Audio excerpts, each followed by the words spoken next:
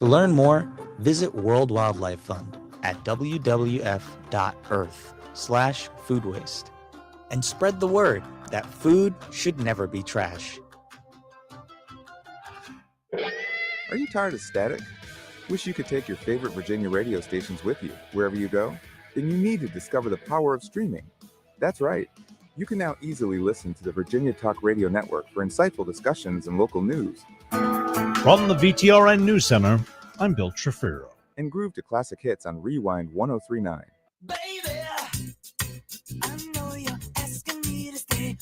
All from your smartphone, tablet, or computer. No more fiddling with the dial. Just download your favorite radio app. Search for Virginia Talk Radio Network or Rewind 1039, and you're ready to go. Stay connected with your community. Good morning. This is Kimberly McBroom in the WDBJ 7 Newsroom with our Virginia Talk Radio Network News Update. And enjoy the music you love, anytime, anywhere. Streaming the Virginia Talk Radio Network and Rewind 1039. It's that easy. Virginia Talk Radio Network, Rewind 1039. Now streaming. Former Virginia Tech coaching great Bud Foster, co-host of Foster and Friends, has always produced a winning philosophy. What they said now doesn't mean anything. What we do now is going to make everything. When it comes to life, the boardroom, or the football field, Bud knows there's a right way and a winning way. Listen to Foster and Friends with Bud and yours truly, Mac McDonald, on 93.3 FM Lynchburg and the VTRN Sports app. You're listening to WVGM AM and FM Lynchburg, now powered by ESPN Radio and streaming on the VTRN Sports app. Get more on the Sheeler Motor Mile, your trusted dealer serving Southwest Virginia and surrounding areas for over 50 years. With more selection, more value, and more finance options. Plus, your trade is worth more. Shop local and save more with straightforward pricing, plus exceptional service and selection. Your search ends at the Motor Mile. Choose from over 900 quality pre-owned vehicles, plus a massive selection of new car brands in Southwest Virginia. Honda, Hyundai, Toyota, Subaru, Kia, Chevrolet, Mitsubishi, Chrysler, Dodge, Jeep, Ram, plus the used car superstore. 11 new car brands, 900 used vehicles at one location. Volume selling means volume pricing, and we've got more than any other dealer in the area. The Sheeler Motor Mile delivers choices. Here's the difference. Sheeler owns the finance company and makes getting approved for credit simple and easy on the Motor Mile. Flexible financing options for every budget to get you on the road fast. Get more on the Sheeler Motor Mile with a certified friendly staff and no games, no gimmicks. I-81 exit 118C in Christiansburg. Call 866-SHEELER1. Always open at Sheeler.com. Is it time for a new place to call home? Moving out on your own? Perhaps your existing lease is up for renewal. Looking for a new roommate? Or maybe you just need a change of scenery. Then you need to check out brownstoneproperties.com. We have Central Virginia's largest selection of apartments, townhomes, and single-family homes. Applying is easy with our online application. Visit us online to begin your search at brownstoneproperties.com. I take care of the kids, and I take care of my dad. I take care of things at work, the groceries, the cleanups, the meltdowns, the doctor's visits, the family events, mealtimes, bedtimes. I take care of all the things everyone else needs. But I haven't made time to take care of what I need. Family caregivers are often overloaded. It can feel overwhelming and exhausting. It's no surprise that millions of caregivers experience symptoms of anxiety and depression every year. But help is available, because there may only be one you, but you don't have to do it alone. Head to mentalhealthcareworks.org. That's mentalhealthcareworks.org to learn how to get the support you deserve, because mental health care works when you make the call.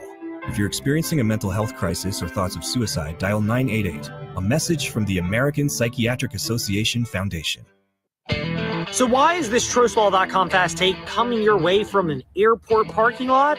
It's because it's a perfect metaphor and compare and contrast for Virginia Tech basketball and Virginia basketball. Right now, Virginia Tech, women and men, it's not catastrophic toward their March Madness hopes, but it feels like they're stuck in the parking lot. They haven't really gotten going in ACC play. Meanwhile, for the Virginia Cavalier women, and especially the men, they are much closer to take off.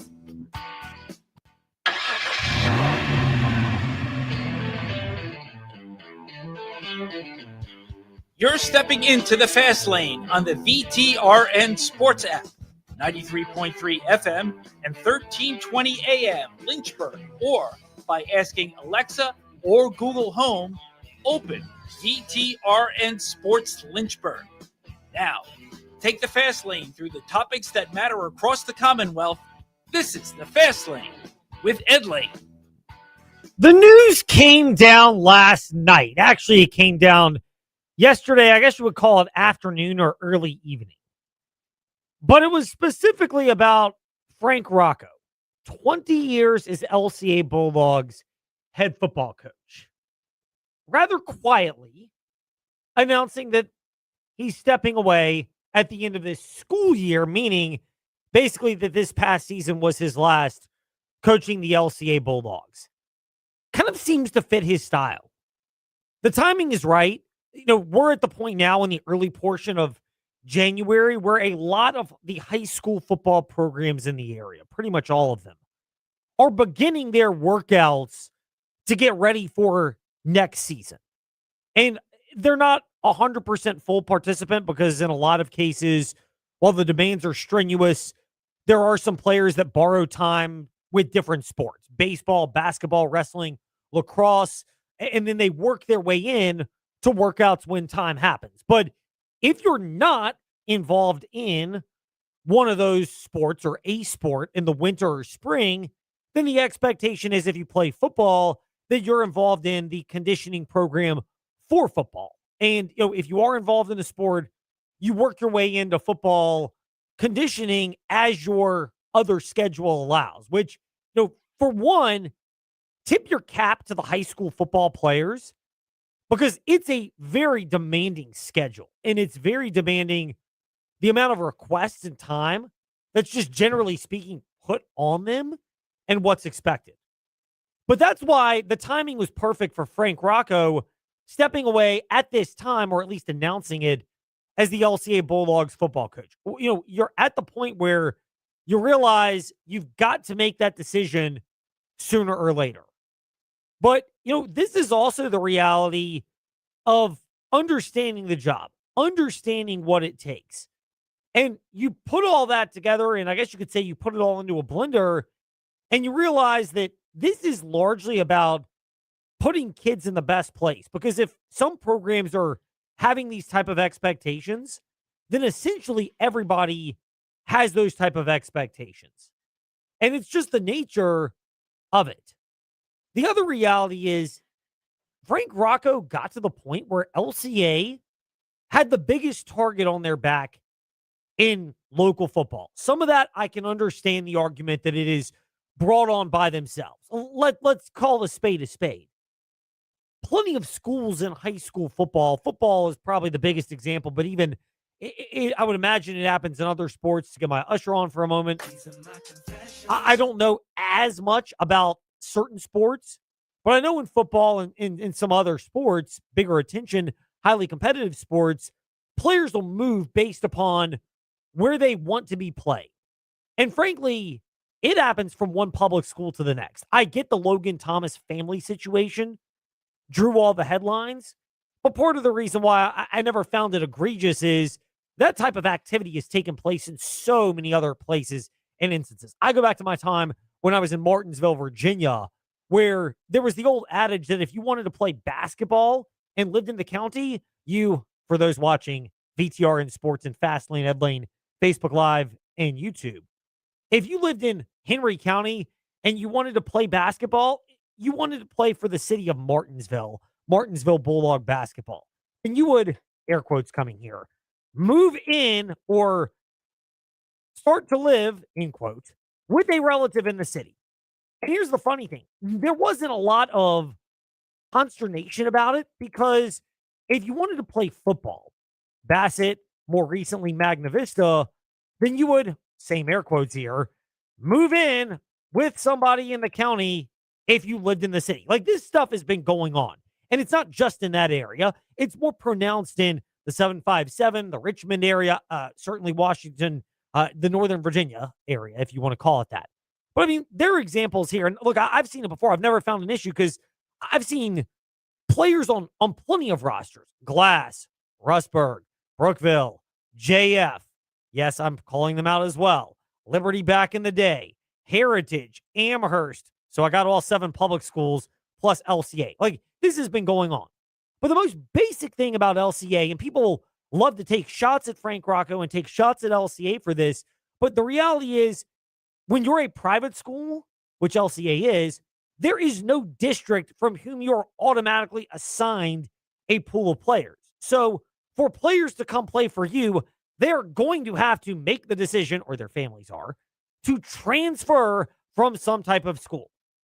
If it didn't happen with all the other schools to a certain degree in the area, I'd probably be more up in arms about it. And yes, LCA is probably the bigger, flag bearer, if you will, of it, because the nature, again, of their school is you have to transfer in from somewhere, or you have to elect to not go to your school district in kindergarten and therefore go to LCA or some other private school, and then maybe you transfer to LCA. Like, the point is this has to happen. And so Frank Rocco had a bigger target on his back. And, it's easy to sit there and look at the fact that, and these are all impressive accomplishments, 20 years coaching, Frank Rocco, 19 of those years, they made the playoffs. From Visa, private school, to VHSL, public school. 19 out of 20 years. That's insane. You're not going to win a state championship every year. Like, it's not going to happen. But he won 199 games. They managed to win, 7 state championships when you blend the 2 levels together, private and public school. And yet, I would say this past year, if anything, is the bigger testament to the timing of Frank Rocco leaving and the reality of it. Because we asked them this at the Seminole District Media Day. And again, full disclosure, Frank Rocco slated to join us about 5:25 today here in the Fast Lane. But we asked him about the idea of pressure coming off of last season and being 2-time defending state champions, and how has the pressure shifted for LCA Bulldog football entering the start of this past season, which obviously no one knew would culminate with the loss in the state semifinals to Kettle Run. A great question, and these guys can attest to the fact that we've addressed that. We've been blessed over 20 years we've won a lot of football games. So, there's a lot of games won before we had a Gideon Davidson. And although Gideon's a great player and a lot of our success could be attributed to him, we've won a lot of football games with Jaden Cowart and Austin Tremblay and guys just like them. So our anticipation is that we're going to, continue on just with that same expectation. So what Frank Rocco, I'll kind of do what he said and what he meant. Gideon Davidson is a once-in-a-generation type talent. But LCA has routinely had players that could get to a UVA. Obviously, Mike Rocco being part of the family, there is the lineage that helps with that. But, they've had other guys there. Rashad Jennings, Pitt and Liberty. I don't think, I know Rashad went to the NFL, but from a out of high school recruiting perspective, he was not deemed to be a top 100 recruit the way Gideon Davidson was. Austin Tremblay signed with Liberty as well. They've had a lot of those type of players at LCA. 199 wins during that 20-year run. That's remarkable for LCA. Like, if you put that into perspective, and I get playoff wins are counted into that, but a 20-win tenure and just shy of 200 wins. I'm going to do a little basic math. 200 divided by 20 equals 10. LCA football under Rocco's tenure averaged just under 10 wins a season. Now, shorter playoffs in private school, so there were fewer games on which to pull. More games in public school, you have to win 5 in the playoffs. And you get 5 twice in a row, 23 and 24. Again, that helps with those numbers. But however you spin it, if you're averaging 9 wins a season in high school football, that's remarkable for LCA. And again, I understand that Rocco is taking shots. I understand LCA just by virtue of being a private school. You can call it recruiting players. You have to bring players in from other schools, whether it starts at kindergarten or first grade or younger levels, or it starts at high school. Like, inevitably, this is going to happen. But I think the remarkable thing is not just that, but the fact that for Frank Rocco, that he stuck around and he and his coaching staff were widely regarded by, I think, a lot of people in the area, certainly those who cover high school football.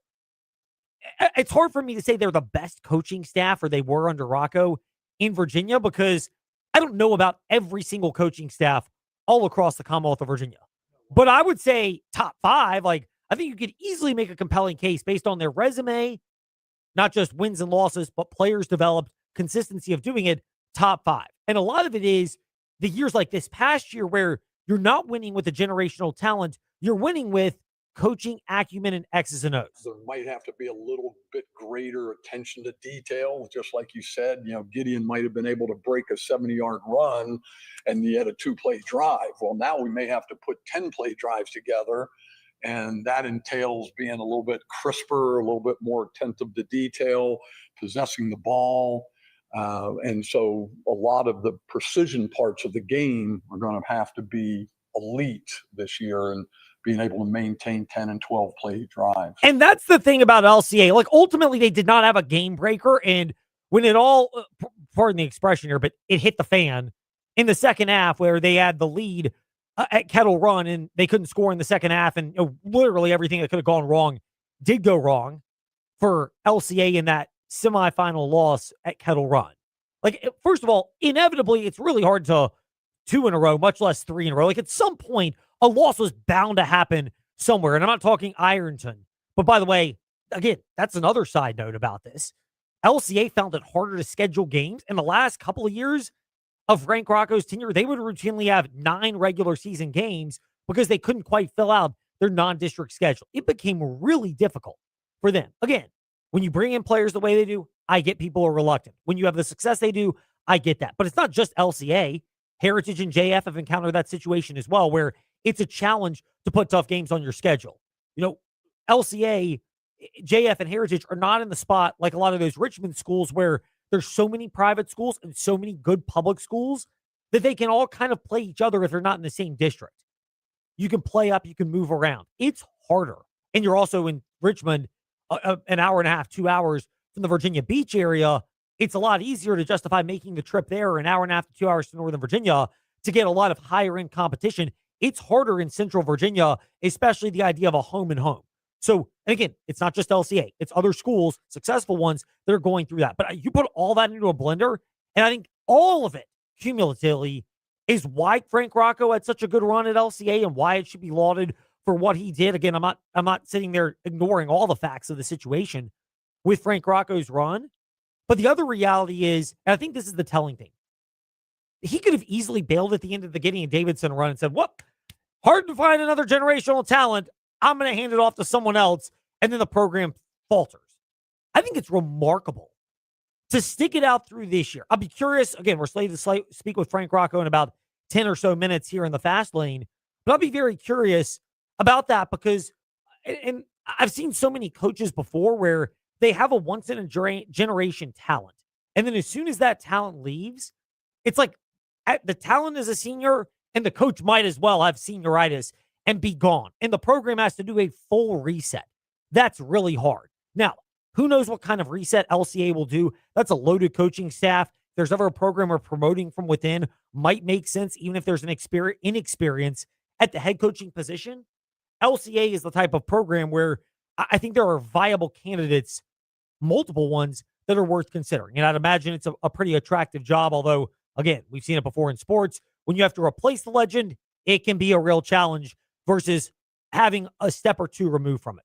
But all that put together, I think it's remarkable. And I think there is a plenty of offseason, and we will have plenty of time to look at how LCA replaces Frank Rocco, what the next coach ends up doing, how the direction goes. But I think it's worth at least commending the job that Frank Rocco did because it's remarkable. Again, I get they brought some of it on themselves. I don't know what else you're supposed to do if you're a private school about obtaining talent, but I don't think we can not acknowledge that.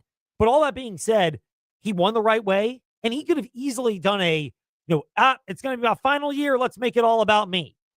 He waited till the season was over, let the dust settle. But as soon as the offseason begins, and basically offseason prep begins at the turn of January, that transition was made so that they have a full offseason or as close to it to get the next coaching staff in place and have the direction of their program going. And I think, TJ, again, you've been around LCA even more, having called a number of their games before. I've only called the ones against Jefferson Forest. But seeing the way they operate, it is mighty impressive. It's mighty impressive that they have managed to stay on top of it for as long as they've had, player after player, talent after talent, and they've been consistent. You said it, Ed, 19 out of 20 years they've made the playoffs. No doubt. I mean, they had a really good run. And if you're talking about LCA, it's worth acknowledging this. I think LCA's presence has, I wouldn't say forced Heritage to be good, because they've always been good with Brad Bradley. But I think it is dangled the carrot out there of schools in the area wanting to be that good. Jefferson Forest. I know they have not beaten LCA under JT Cruz, but clearly that was a good benchmark game routinely last year and this year of what does it take to win at a high level. And I think all of that was a key cog in JF seeing that, being in those games regularly, having to raise their level of play. And then, with all due respect to John Hanley, but that was kind of the second round monkey for JF football this year. They got better because of it. I do think it's reasonable to say the LCA presence has motivated other programs in the area to level up and put as much intensity and effort into their season preparation and demands as well. I still believe LCA could be good, maybe not as good as under the Rocco years, and they may have a downward trend for a couple years, but I do think with Rocco leaving, there's a potential for, now you've got Heritage and JF, because I think JT Cruz can keep JF right there, even with guys like Thax Rowland leaving. I think it opens a spot for EC Glass to go up there. I think it leaves a spot for Amherst to go on the rise and Brookville in the future. But shout out to Rocco. He was always great to us at 90.9 The Light. Great interviews, great guy to talk to, knows the game, very well structured, and nothing but love and respect for him. No, I think it's absolutely worth mentioning the role that he had and the steps that he helped take. And look, he was great to us in the media and understood. There have been times where, he could have easily, oh my gosh, I can't believe you brought up the transfer route. At no point was that ever the case. And, he's been very respectful, even when we've taken stances that you may not fully like or the way we frame it. I'd say he's the best high school coach that knows how to talk to and pertain to the media in this area. And I would say this, I think the majority of current high school football coaches in this area, see what I did, see what I did there. But the majority of the current high school football coaches in the area are really good at understanding the nature of the job. JT Cruz, it's always a good time to interview. I can't think of one where I go, oh my goodness, this is terrible. And I know we didn't have the fortune. We unfortunately weren't able to broadcast JF against Rustburg because of the numbers challenges at Rustburg later in the season. But Coach Ross had been great to us at media days. And the rest of it was the first year, so we just don't have a timeline of work for him. But the rest of the Seminole District, everybody seemed to understand that and got really good feedback. And understanding that it's about the kids as much as anything. And I think that's, if you take one thing away from a Frank Rocco and other good coaches in the area, Bradley, different style, but JT Cruz, Doug Smith, ultimately they're demanding is all get out. And it is a very heavily demanding job. It is. If you're going to be a high school football player, you have to treat it with a level of maturity, but it does prepare kids for a level of commitment to whatever their tasks are if they're going to be a college athlete or beyond. And I think infiltrating that mindset around here, on the one hand, I'm not big on single sport specialization forever. And a lot of coaches are reasonable about letting their athletes try other sports and be involved in them. Absolutely. But on the flip side, you'd rather that than playing video games all day, buried in your phone, or any of those other things. So that's it with Frank Rocco. By the way, we will get to that in a moment, but we need to blitz, pun intended, through the Fast Five at 5-ish. There are some other nuggets that we get to discuss right now. It's time for Fast Five at 5-ish. 5-ish minutes on 5 relevant topics done around 5 p.m.-ish. Ish, because our counting skills are kind of ish. Let's start with number 5.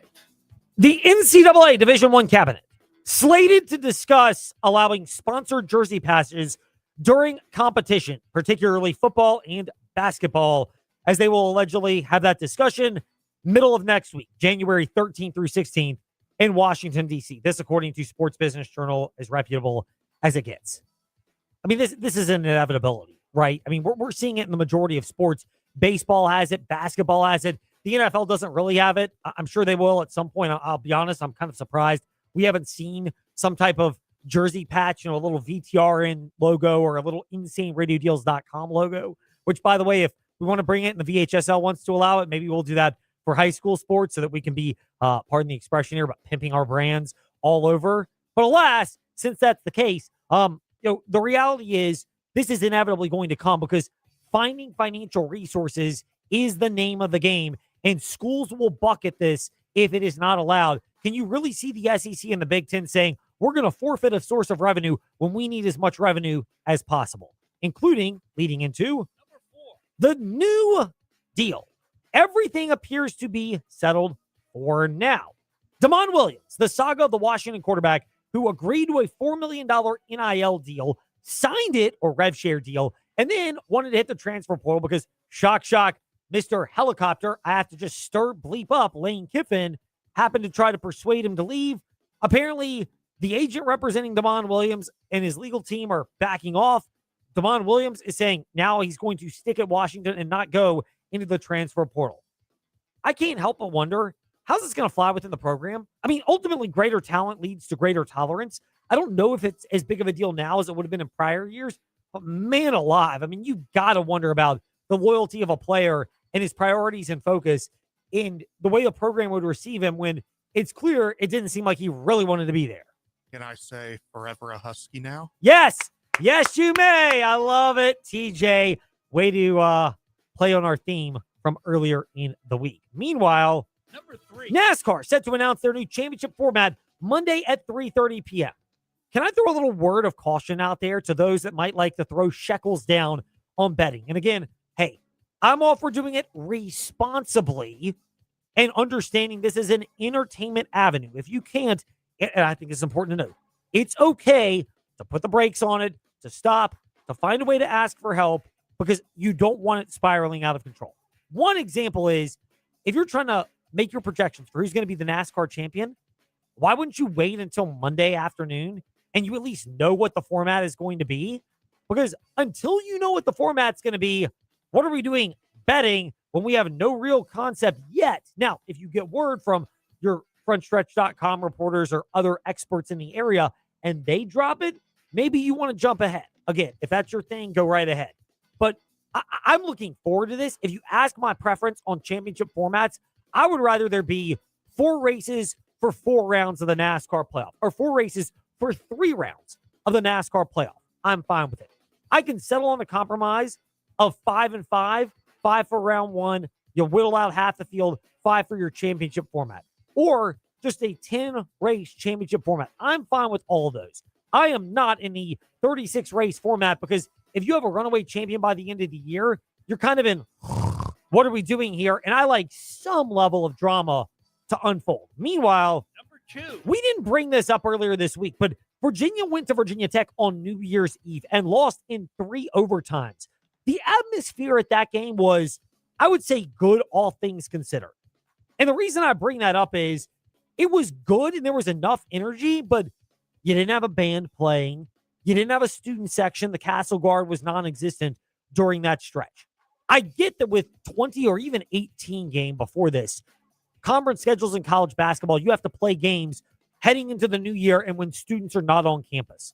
Liberty students don't go back until this upcoming week. So there were 2 weekends of Conference USA. Last weekend was at home. This weekend is on the road. I don't think there's a picture-perfect solution to this. But for conferences like the ACC, where you have clear rivalries, State and Wake Forest, because Duke and Carolina will always trump it, because Virginia and Virginia Tech are rivals, Clemson, Georgia Tech, you want to put all of them into a rivalry category, FSU, Miami.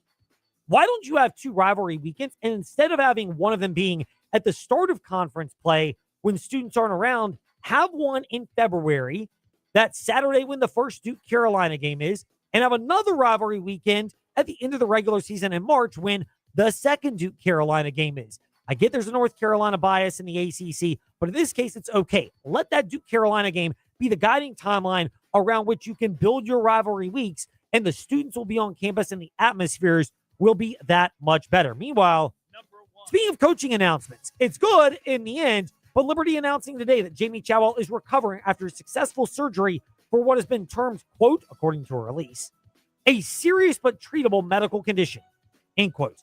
And he should be ready for spring practice in the spring game.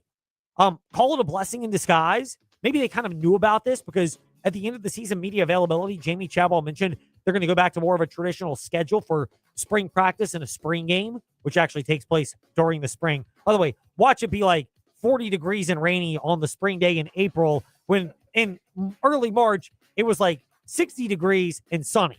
Watch that happen. But it's a blessing that this happens. You get to it early. In hindsight, as more info may come out and we may gather more, it might explain how this season didn't go quite the way Flames fans would have wanted. And, Chadwell has done enough over his career that if he's dealing with a medical situation, I'd rather it come to light now than during the season because I get it. Even though you can get context now about this, you don't want to put that carrot out there in the season of things are going awry and now the coach is dealing with a medical situation. Not only did the transfer portal vultures start circling even sooner and telling players to opt out and not play, but you want to send a message to your team every single year of being all in, and that's why that is necessary. Meanwhile, when we return to the Fast Lane, perhaps, hopefully, we will be able to connect with Frank Rocco, former LCA Bulldogs head football coach, to go in-depth into his decision to step away from coaching football after 20 years. That when we return here in the Fast Lane. Get more on the Sheeler Motor Mile, your trusted dealer serving Southwest Virginia and surrounding areas for over 50 years. With more selection, more value, and more finance options. Plus, your trade is worth more. Shop local and save more with straightforward pricing, plus exceptional service and selection. Your search ends at the Motor Mile. Choose from over 900 quality pre-owned vehicles, plus a massive selection of new car brands in Southwest Virginia. Honda, Hyundai, Toyota, Subaru, Kia, Chevrolet, Mitsubishi, Chrysler, Dodge, Jeep, Ram, plus the used car superstore. 11 new car brands, 900 used vehicles at one location. Volume selling means volume pricing, and we've got more than any other dealer in the area. The Sheeler Motor Mile delivers choices. Here's the difference. Sheeler owns the finance company and makes getting approved for credit simple and easy on the Motor Mile. Flexible financing options for every budget to get you on the road fast. Get more on the Sheeler Motor Mile with a certified friendly staff and no games, no gimmicks. I-81 exit 118C in Christiansburg. Call 866-SHEELER1. Always open at Sheeler.com. We're joined by Corey Argentino from Earthright Mid-Atlantic and Earthright Roofing. Corey, blending those two together, the ability to work with people for both their roofs and solar, how does that work? Well, it really coincides because a lot of folks needing solar panels also need a new roof. And some people just need a new roof. And with a trusted brand like Earthright, you can't go wrong doing your roofing or your solar project or both with us. How beneficial is it as well that when consultants come to someone's house or business, they can get consultation on both solar and roofing? This saves a lot of time. You're not having two different people come out. You got one person. They understand both. The process is less time consuming and the project moves along a lot smoother having one team, one project working together with the other team. Corey Argentino from Earthright Mid-Atlantic and Earthright Roofing. Corey, thank you for your time today. You're welcome. Indeed. Come by, see the showroom on Timberlake Road in Lynchburg and learn more at earthright.com.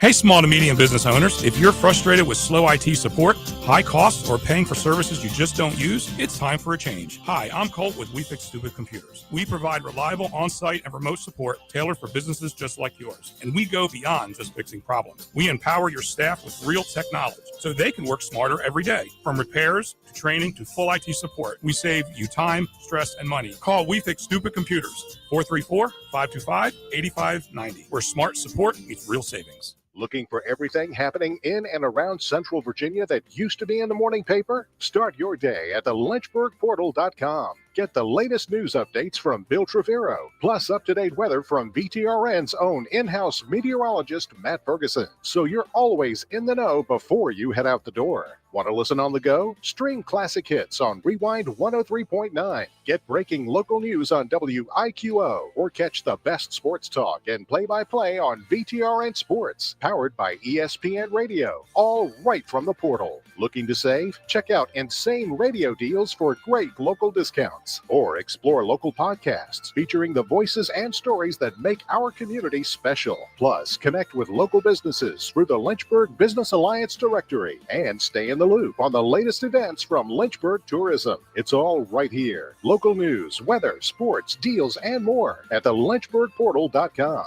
your gateway to everything Lynchburg. Hi, I'm Zach Mackey, the voice of Virginia Tech men's basketball. Catch the Fast Lane with Ed Lane and Trey Lyle weekdays 5 to 6 p.m. on VTRN Sports 93.3 FM and the VTRN Sports app. Hi, this is Bill Roth, voice of Virginia Tech football. You're listening to the Fast Lane with Ed Lane and Trey Lyle. Join the chat at Trey Lyle VT and Fast Lane Ed Lane on Facebook, Twitter, YouTube, and Instagram. We are pleased to welcome you back into the Fast Lane, and we are even more excited to be able to connect with the now retired head football coach for the LCA Bulldogs, Frank Rocco, who is generous enough to give us a little bit of his time today here in the Fast Lane after, what was felt like a very quiet announcement about retiring after 20 seasons guiding the LCA football program. First of all, Coach Rocco, we appreciate your time today here in the Fast Lane. Thank you for joining us.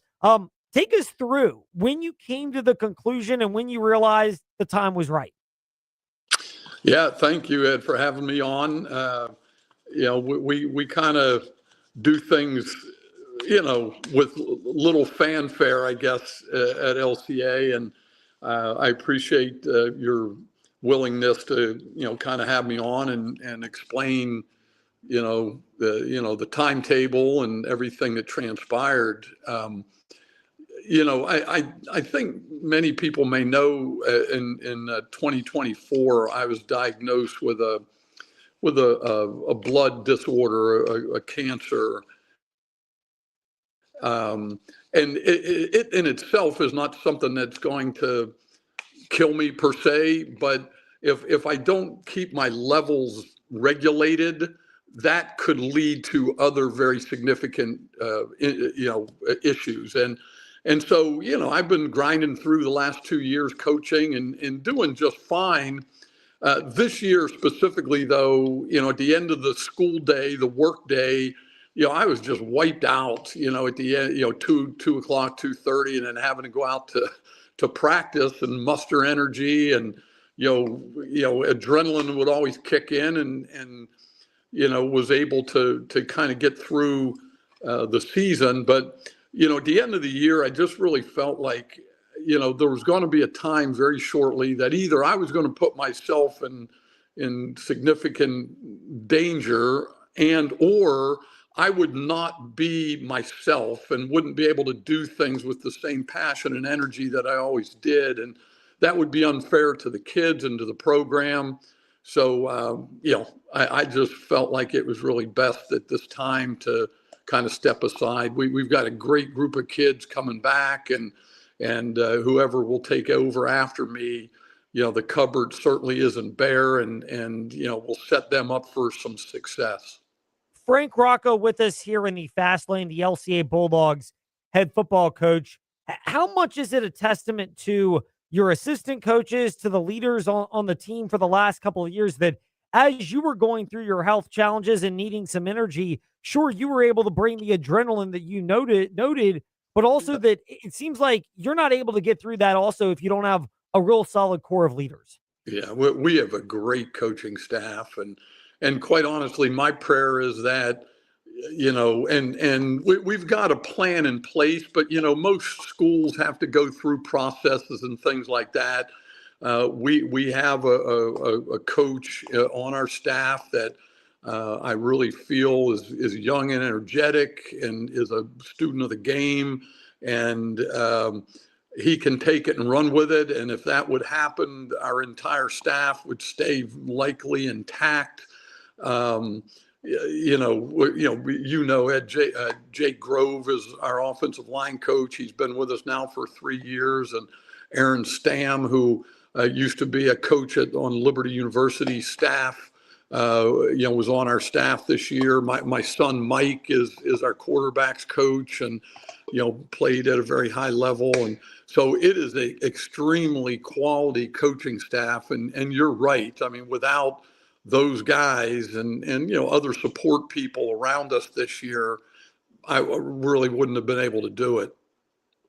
Frank Rocco with us in the Fast Lane, announcing yesterday with very little fanfare, and I think you probably wear that with a point of pride, the little fanfare announcement part, but announcing yesterday he's retiring as the head football coach for the LCA Bulldogs. the timing of it. It's in the early portion of January. How crucial is that? I know there are football players that do play other sports, but if you're not, or if you're even when you're doing it, you often are part of football conditioning and training in the offseason that begins in January. How crucial is the timing in this?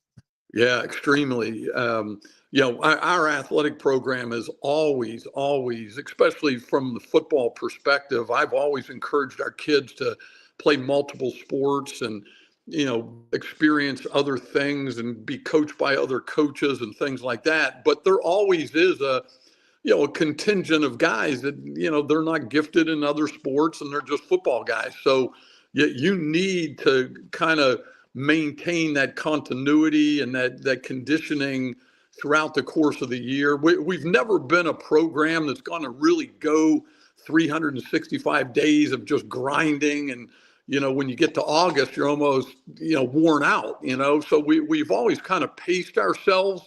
But, the January, February, March timeframe, we would go 2 days a week. But just to kind of reconvene and getting the guys back together and keep them thinking football and doing football movements and exercises, it is very important to the overall foundation of what you try to do.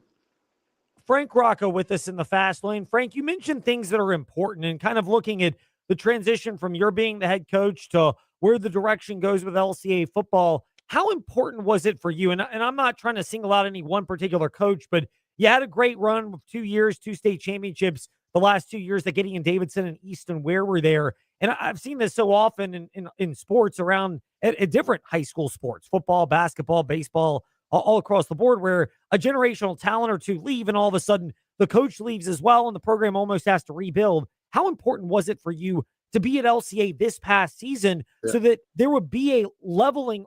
Sure, there was going to be no Gideon Davidson, but you could help make sure this program was in a good spot without that.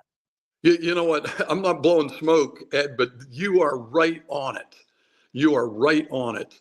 I did feel like, after 1 year of kind of dealing with some health issues and doing what we did, and then honestly winning our second state championship in a row, that really could have been the time to jump off the train, but I just didn't feel like whoever would come in after, would maybe be in a position that they could really keep it going the way that would be necessary. And so,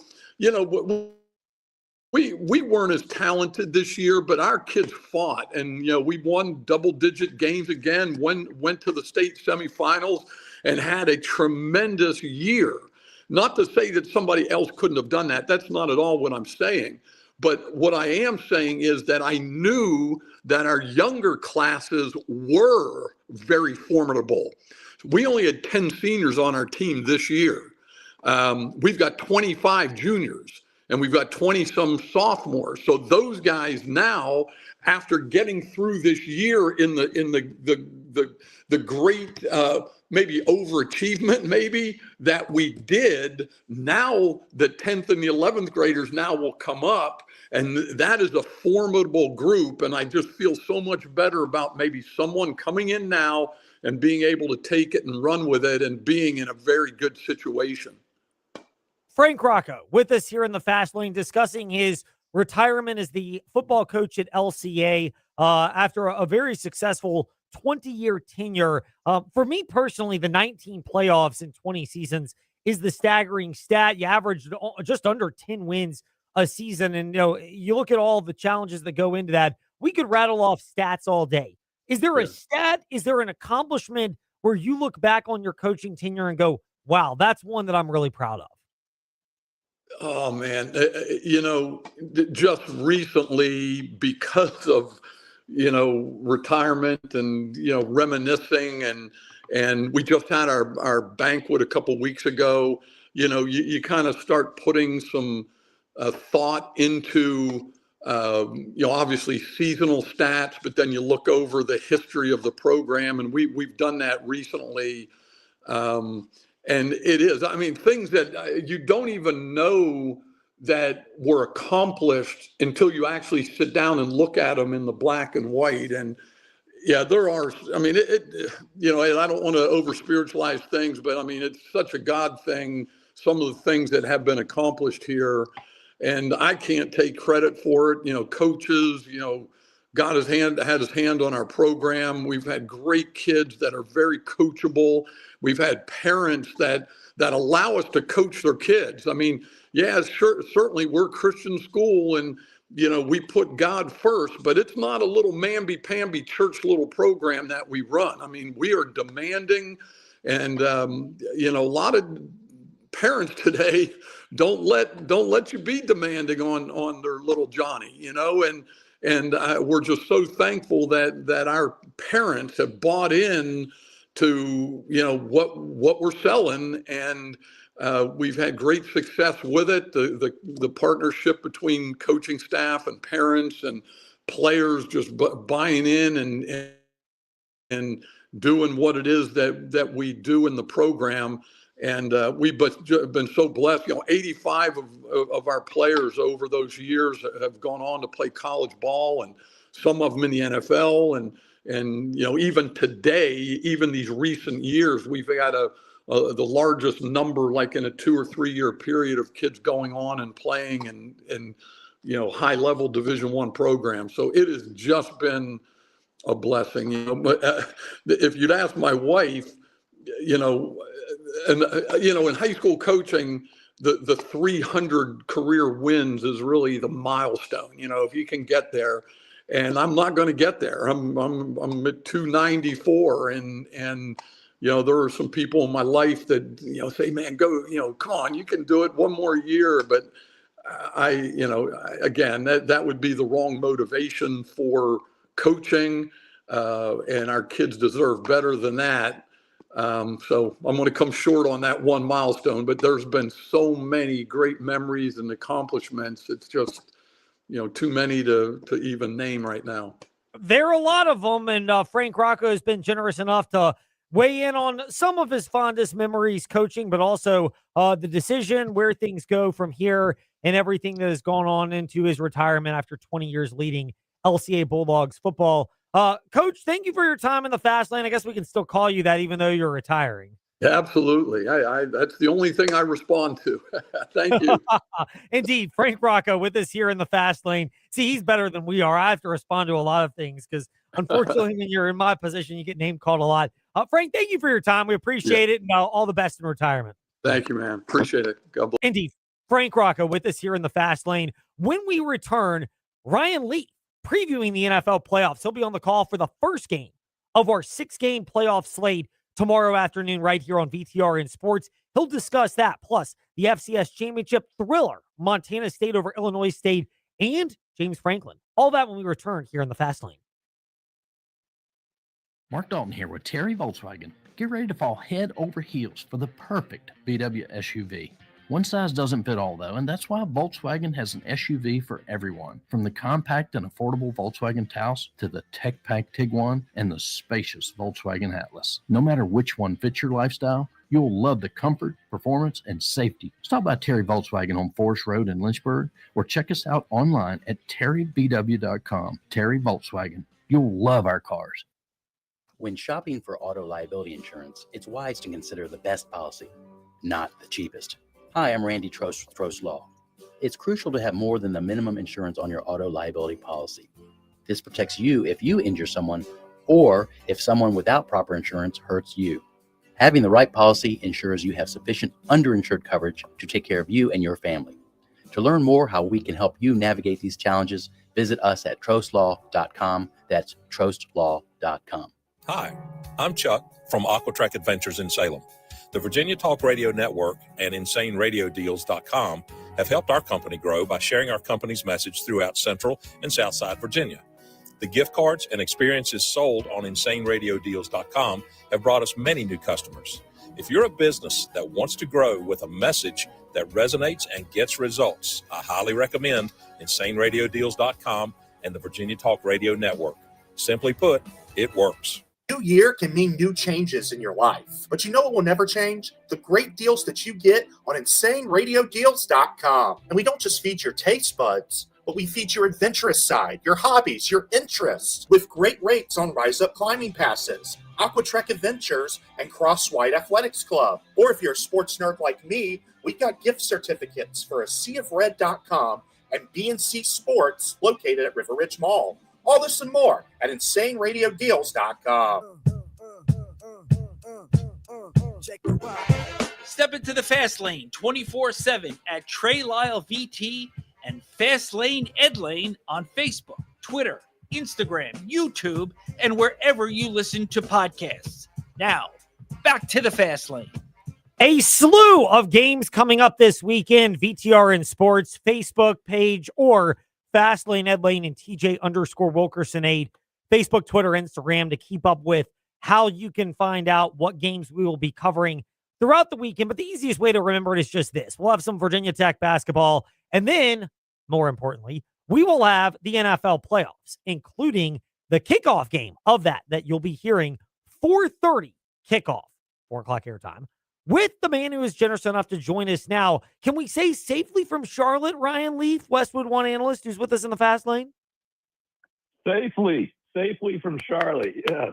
Awesome. That is wonderful. Prayers answered. And I hope indeed that it is not as sleety, rainy, miserable as it is where we are in Virginia. It's probably going to be pretty wet tomorrow. It's going to be warm, but it's going to be wet. So, that's exactly the type of game that Carolina played in the final week of season against the Buccaneers. And Bryce Young actually played pretty well in that. So that may be an advantage Panthers, home field advantage for that case. You referenced the weather potentially being an advantage. Obviously, they play on grass, although I know this is not Soldier Field, whatever you call the stadium in Washington, where the grass has been bad. Most of these other outlets have pretty good drainage systems. But does all of the weather factor and then the travel as well, does that give Carolina enough of an edge to at least keep this game competitive, with the Rams also looking for a little bit of revenge in addition to their playoff push? Yeah, I mean, they beat them a couple of weeks ago, so they have that going for them. They've looked at this team in the eye. In fact, at the time, the Rams were just coming off that win against Seattle and looked like the team to beat in the NFC. So, it really took their season in a different direction. And weather was the reason why the Rams weren't hosting the NFC Championship game last year. If it doesn't snow in that game, probably in Philadelphia, I think the Rams end up winning that football game and going on to the Super Bowl themselves. So, this is a real neat opportunity. It's the first playoff game to kick off the weekend. People are looking for what this league's going to present this year without the Chiefs being involved. Who is going to be the team that steps up? No Lamar Jackson, no Joe Burrow. Is it the Buffalo Bills? Is it the veteran leadership in Philadelphia? Is it the veteran leadership in Los Angeles? I think there's a lot of questions to be answered going into this playoffs. Ryan D. Leaf on Twitter and Instagram are ways you can keep up with Ryan Leaf. You'll also be able to just listen to him. Saturday, VTR in Sports, 4:30 kickoff. Rams at the Carolina Panthers, 10.5. Seems like a pretty steep spread for this matchup, but the Rams have looked really good, and there is the revenge angle and a lot of turnovers in that first slippery, wet matchup. Does Carolina keep this close? Do you think the Rams come out with a different level of focus as a team many view as one of the Super Bowl favorites? I mean, that is a very big number for the playoffs. You're talking about a division champion. These games haven't gone the way a lot of people think they have. I think there's been 8 of them in which a higher seeded but worse record team hosted a better record team that didn't win their division. In 6 out of the 8 games, the division winner and the home team won. And I think back to the game in Seattle, the Marshawn Lynch earthquake game against the New Orleans Saints, who was just, Drew Brees, such a better team, and that Seattle Seahawks team found a way to win. And that's the kind of thing that Carolina's hoping for. I think the fan base is going to be rabid, getting to the playoffs for the first time in some time. So, and another thing that Carolina does is they play the least amount of man coverage in the NFL. They flat out play zone. They make you take the intermediate and short pass. I think they're the third best team in all of football in allowing passes 20-plus yards down the field. So they're going to keep everything in front of them, rally, make tackles, and make you make those throws down the field. And, they're going to, Matthew Stafford likes to take shots. Puka Nacua, Devontae Adams being back, is he going to be patient enough in this offense to do that? That's the hope of Carolina, and that's why I think it will probably be a closer game than a lot of people expect. Your evaluation, well, I'll give you the blank evaluation. You've obviously got knowledge of the quarterback position. You played it. You're an analyst now, and you're on the call for the Rams and Panthers, 4:30 p.m. this Saturday right here on VTRN Sports. Bryce Young, what's your analysis of the improvement that he's made in his ability? I don't know if you want to put the full game on his shoulders tomorrow, but being able to keep Carolina in this without mistakes and timely plays when needed. Well, I think he just keeps doing what he's doing. I thought he's had a pretty good year. They really used the running game of Dowdle and rallied off the defenses. 7 of their 8 wins this year have been in one possession game. There's a game management aspect to what Dave Canales is doing here in year 2, and he's asking Bryce Young to come along with that ride. And it doesn't necessarily look flashy. And they didn't win a lot of games that that a lot of people wanted them to win against playoff caliber teams this year. Ironically, some weird ones. Games against the likes of the Packers and the Rams. 2 teams that were really expected to do well this year and are both playoff teams. So I think that what Bryce Young has done is good enough, and to get to the playoffs, and that's an important facet to this.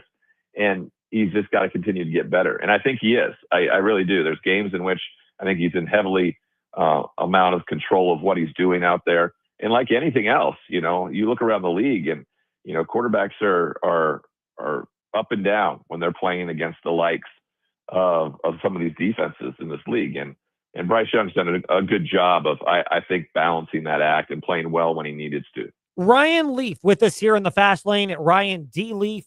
Twitter and Instagram to keep up with him. And, of course, Saturday, 4:30 p.m., VTRN Sports, as he's on the call for the Rams and the Carolina Panthers. The rest of the NFL playoffs, the prevailing sentiment is, unlike last year where you felt like there were a couple of real dominant teams and Philadelphia proved to be the best out of that bunch, winning the Super Bowl against Mahomes, Reed, and Kansas City. People are viewing this as wide open a playoffs as we have seen.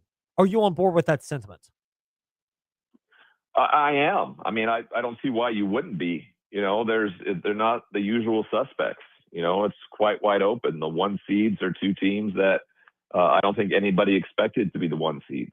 The Bears being the 2 seed. I don't think anybody expected that. So there are a lot of that going on until it's proven differently. Until you're telling me that Drake May in his first playoffs, that Bo Nix in his second year, and Sam Darnold as a playoff guy. If you're telling me those guys are going to one up the experience of Josh Allen and Jalen Hurts, Matthew Stafford in these playoffs, until that happens, I'm going to say you're wrong. I have to be proven wrong in this instance. So can Trevor Lawrence and the Jags in their first real dominant year as a division champion, can they overtake that experience of the Bills, who couldn't win the division this year? Can Carolina do something that to the Rams, who have just won a Super Bowl a few years ago, have played really good football down the stretch, and the Philadelphia Eagles, who have been as dominant as any team in the playoffs, especially at home?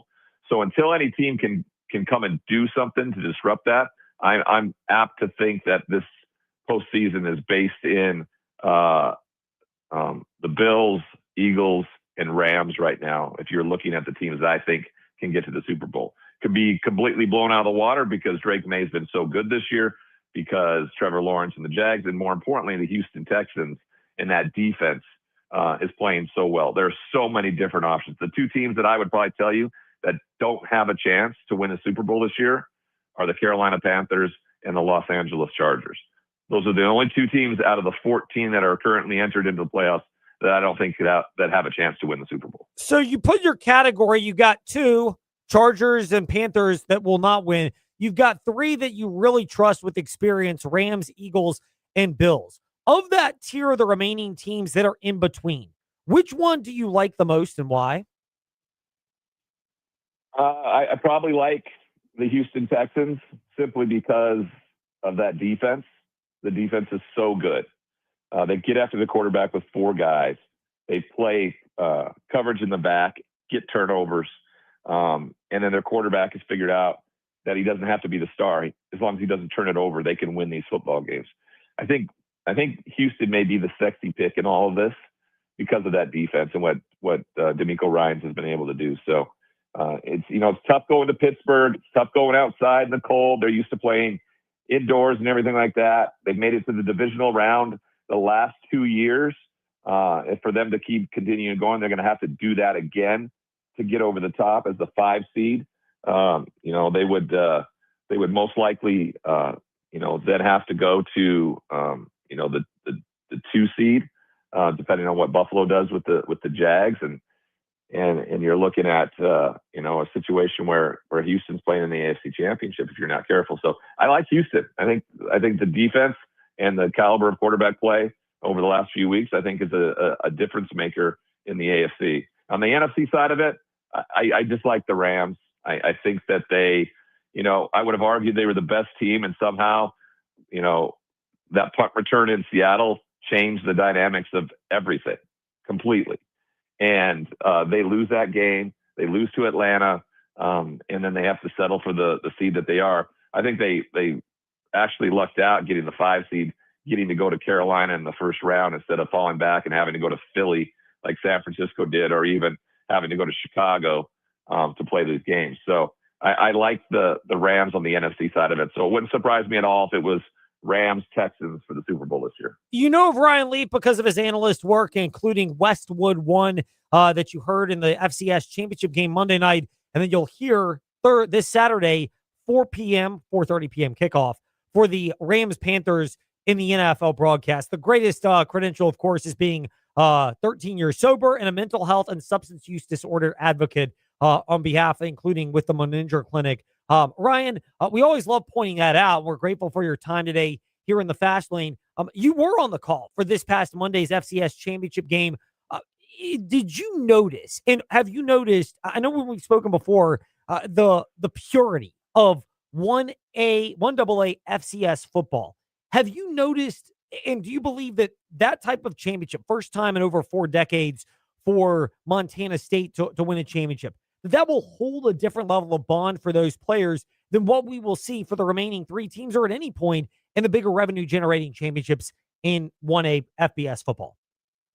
Yeah, definitely. I just don't like the product at the FBS level. I think when the realignment happened a few years back, it just started to affect what football is. And I just don't think you can compartmentalize what it is to what you see as a product on the field. I didn't even watch the game last night. I'm not going to watch the game tonight. I don't really have any interest. I think the best college football game anybody was going to see, frankly, was the one on Monday night between Montana State and Illinois State. And it was a doozy. It was fun to call, great to be a part of. My father's a Montana State alum. I grew up watching the Bobcats. So it was kind of cool to call that game. Being professional, but ultimately at the end, seeing 41 years of when I was 8 years old and my dad taking me to those games in 1984 when they won a national championship, to see it happen again. Pretty cool. More emotional for you or for Dad? For Dad.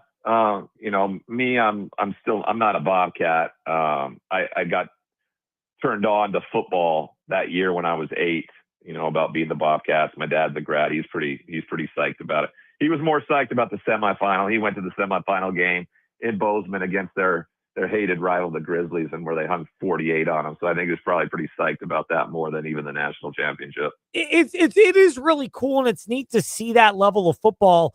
There were a number of teams, including some in our backyard. I know you called JMU's game against Washington State earlier this year. You've also been around and seen others. We cover Liberty. We cover Old Dominion as well. Do you see an era where either those type of programs would be more embracing of a partnership like what we've got at 1AA FCS football and wanting to go there? Or is the lure and temptation of money too great, at least until there might be some kind of breakaway in the future? Well, I think it's going to be decided for them. I think there'll be a National Collegiate Football League where there's anywhere from 18 to 22 teams in 2 conferences that ultimately are at the highest level. They'll break off from the NCAA. There'll be a commissioner of that who will, and then in that sense, it's kind of privatized. It will be reined in terms of what NIL and what the transfer portal will look like. And then everybody else will go back to the NCAA. And I think you just go with the FCS model. You put together all those teams and make it even as possible and go back to work. And so eventually that's going to happen. It's just too much money to be made and too many teams that are blue bloods that don't want to see anything from the likes of Tulane's or the JMU's playing in a tournament like this. Do you then foresee, and we'll wrap it up on this, a scenario where the non-blue bloods who are not part of that category, it almost looks different than what it is now, and revenue and paying players is just not nearly the same as even it is now? No, you're not putting the snakes back in that can. That's you're gonna have that for the end of days, plain and simple. You opened up that door, and it's going to be walked through every single time. If you can make money at your peak of earning potential, the player's gonna, and the teams that are, no matter what level you're at, you're going to fund it in a way that makes you the most competitive, however you do it. That's just frankly how it's going to be, and that's what the NCAA signed up for when they chose to just let the wild, wild west begin. So until anybody comes in with some regulation, which I don't know how you do now, because like I said, snakes are out of that can. That's just the way it looks. And you're not going to put them back in. Once people have got the taste of making money to play college football, that's over with. The snakes analogy, that might be the best one, Ryan. Yeah, snakes in the can, man. Remember that old game? You would just pop that can and those snakes come flying out of there, and they ain't going back in. I'll tell you that much. No, they are not. Meanwhile, Ryan Leaf, generous enough to give us time today in the fast lane. You heard him Monday night for the FCS championship, the thriller between Montana State and Illinois State. You'll hear him this Saturday in the NFL playoff kickoff game that we have for our weekend of football coverage right here on VTR in Sports. But most notably, mental health and substance use disorder advocate, working on behalf and partnering up with and advocating for the Meninger Clinic as well. And he's at Ryan D. Leaf on Twitter and Instagram. Ryan, thank you so much for your time today in the fast lane. We always appreciated prayers for travel and safety, and especially for your goal of 2026 being a positive one and not letting 2025 get to you. I appreciate it. Thanks for having me on. Indeed. Ryan Leaf with us here in the fast lane. Grateful to have him with us today in the fast lane, and a great way to wrap things up. Meanwhile, we do that. We'll get ready to send it over for a little bit of Freddie and Harry, and then we will have the college football playoff semifinal number 2.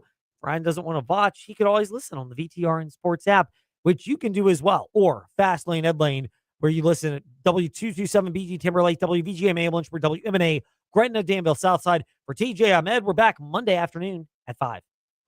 And especially early on, I did post some cringy things, but you kind of got to be okay with that. I mean, I've been at it now for probably